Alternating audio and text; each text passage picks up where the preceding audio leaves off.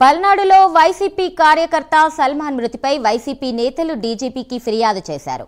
YCP నేతలు అంబటి రాంబాబు, దేవినేని అవినాష్, విడుదల Rajani, Appireddy DGP కార్యాలయానికి వెళ్లి ఫిర్యాదు చేశారు.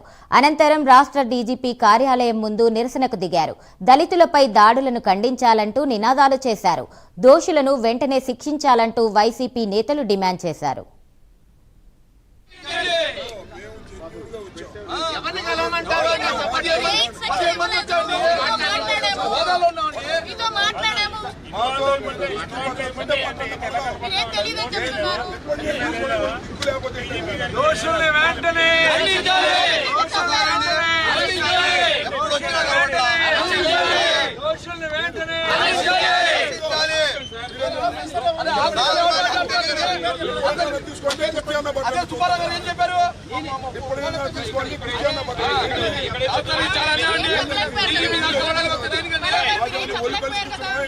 ఏదో మా సరదాలో లేకపోతే అరాచకాలకు వచ్చాం.